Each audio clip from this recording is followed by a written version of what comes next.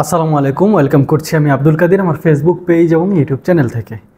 মিনহাজুল আবেদিন নান্নু আর হাবিবুল বাশার সুমনের নেতৃত্বাধীন যে নির্বাচক প্যানেল ছিল, সেই নির্বাচক প্যানেল কিন্তু বাংলাদেশ কম সমালোচিত হয়নি। অনেক সমালোচনা তারা সহ্য করেছে, 12 বছরেরও বেশি সময় ধরে তারা সেই দায়িত্বটা পালন করেছে। শেষ পর্যন্ত গত ফেব্রুয়ারির 12 তারিখে, এই বছরের ফেব্রুয়ারির 12 তারিখে তাদেরকে পরিবর্তন করা হয়েছে। সেইখানটা শুধু তাদেরকে পরিবর্তন করা হয়নি, নতুন নির্বাচক প্যানেল দিয়েছে বাংলাদেশ ক্রিকেট বোর্ড। সেখানটা যুক্ত হয়েছেন গাজী আশরাফ হোসেন লিপু এবং হান্নান সরকার এবং আগের পুরাতন আব্দুর রাজ্জাক রাজ। এই তিনজনকে নিয়ে নতুন একটা প্যানেল করা হয়েছে। এই তিনজন এখন বাংলাদেশ জাতীয় ক্রিকেট দলের নির্বাচক প্যানেলের সদস্য। এখন আমার আজকের আলোচনার জায়গাটা হচ্ছে ওই যে পুরাতন ওই যে মিনহাজুল আবেদিন নান্নু বা হাবিবুল বাশার সুমনরা যেই ধারায় যেই গতিতে কাজ করে সমালোচিত হয়েছেন, সেম ধারায় সেম গতিতে কি নতুন নির্বাচক প্যানেল কাজ করছে কিনা, বা কাজ করলেও তারা কেন অতটা সমালোচিত হচ্ছে না, এই প্রশ্নগুলো অনেকের ভেতরে ঘুরপাক খাচ্ছে। গতকালকে বাংলাদেশ ক্রিকেট বোর্ড জিম্বাবুয়ের বিপক্ষে যেই বাকি দুইটা ম্যাচ এখনো পর্যন্ত বাকি আছে, সেই দুইটা ম্যাচের একটা স্কোয়াড ঘোষণা করেছে। সেইখান থেকে তিনজনকে বাদ দেওয়া হয়েছে, শরীফুল, আফিফ এবং পারভেজ ইমন। এই তিনজনকে বাদ দিয়ে এই তিনজনের জায়গায় আমি যদি ভুল না করে থাকি, পারভেজ ইমনের জায়গায় সৌম্য সরকারকে ইনক্লুড করা হয়েছে, আফিফের জায়গায় ঢুকানো হয়েছে এইখানটায় আপনার সাকিব আল হাসানকে, এবং শরীফুলের জায়গায় মোস্তাফিজুর রহমানকে নেওয়া হয়েছে। এখন একটা প্রশ্ন, সেটা হচ্ছে এই বিষয়টা আপনার মাথায় রাখা উচিত। এই যে তিনজন, মুস্তাফিজ, সাকিব আল হাসান এবং সৌম্য সরকার, এই তিনজন যে দলের সাথে ছিল না, এরা কিন্তু পারফরমেন্স বা অন্য কোনো কারণে ছিল না। এরা সাকিব আল হাসান ছুটি নিয়েছেন, সৌম্য সরকার ইনজুরিতে ছিল, মুস্তাফিজুর রহমানকে ছুটি দেওয়া হয়েছে। তার মানে এদের জায়গায় যাদেরকে একাদশে নেওয়া হয়েছে, আমার কাছে মনে হয়েছে এই বিষয়টা আপনাদেরকে ডিসক্লোজ করা উচিত। সেটা এরকম, দেখেন, পারভেজ ইমনকে ওই যে 17 সদস্যের স্কোয়াডে রাখা হয়েছে কন্ডিশনিং ক্যাম্পের জন্য। সেইখান থেকে আবার 15 সদস্যের স্কোয়াডে প্রথম 3 ম্যাচের জন্য যে স্কোয়াড দেওয়া হয়েছিল সেইখানটাও রাখা হয়েছে। শুধুমাত্র সেইখানটায় আপনার ওই সৌম্য সরকার ইনজুরিতে ছিলেন এই কারণে।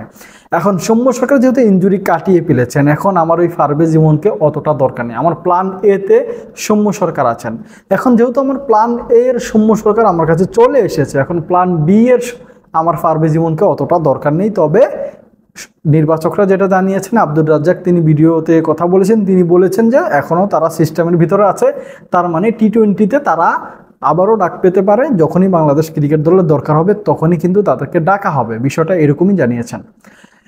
এখন আরেকটু খোলাসা করে বলতে চাই, সেটা হলো আপনি তো 15 জনের বেশি বিশ্বকাপে নিতে পারবেন না। এখন ওই প্ল্যান এ অনুযায়ী আপনি যেই 15 জনকে সেট করতে চেয়েছেন, সেই 15 জনের 3 জন সৌম্য সরকার, মুস্তাফিজ এবং সাকিব বিভিন্ন কারণে জিম্বাবুয়ের বিপক্ষে প্রথম 3 ম্যাচের স্কোয়াডে ছিল না।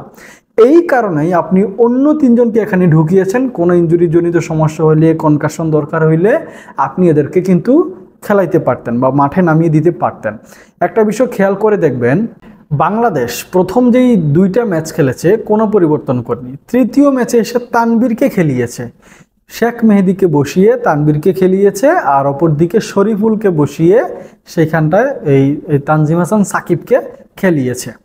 এখন ওই যে পারভেজ ইমন কিন্তু ছিল বা আফিফ হোসেন ধ্রুবও কিন্তু ছিল, তাদেরকে কিন্তু খেলায়নি। এখন তাদেরকে কেন খেলালো না? তার মানে তারা ওই রকমের বিশ্বকাপের প্ল্যানে নেই।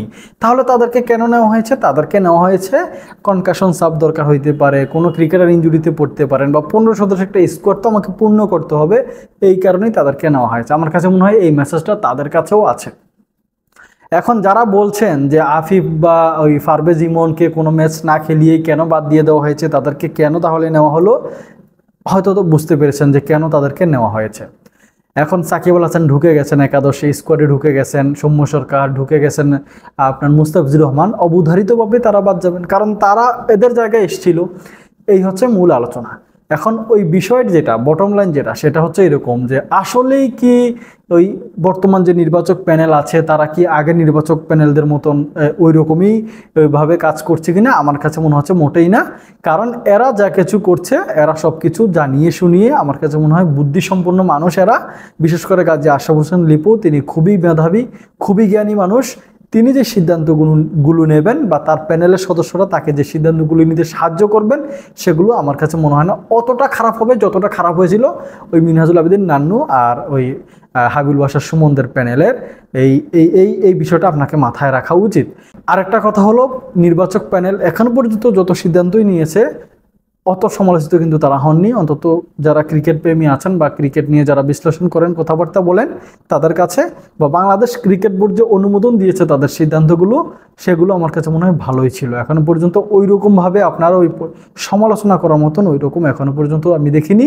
বাদবাকিটার সামনে তারা কি করতে পারেন সেটা ভবিষ্যতের বিষয়। ভালো থাকবেন। আরেকটা বিষয়, এটা তো এখন ক্লিয়ার যে কেন আফিফ বা ফারুক জীবনকে কোনো ম্যাচ না খেলিয়ে বাদ দিয়ে দেওয়া হয়েছে এবং কেন বাংলাদেশ ক্রিকেট বোর্ড এই সাকিব আল হাসান বলেন বা সৌম্য সরকার বলেন বা মোস্তাফিজুর রহমান বলেন তাদেরকে আবার ইনক্লুড করেছে, কেন তাহারা বাহিরে ছিল, এই বিষয়গুলো আপনি হয়তো ক্লিয়ার হতে পেরেছেন। আল্লাহ হাফেজ।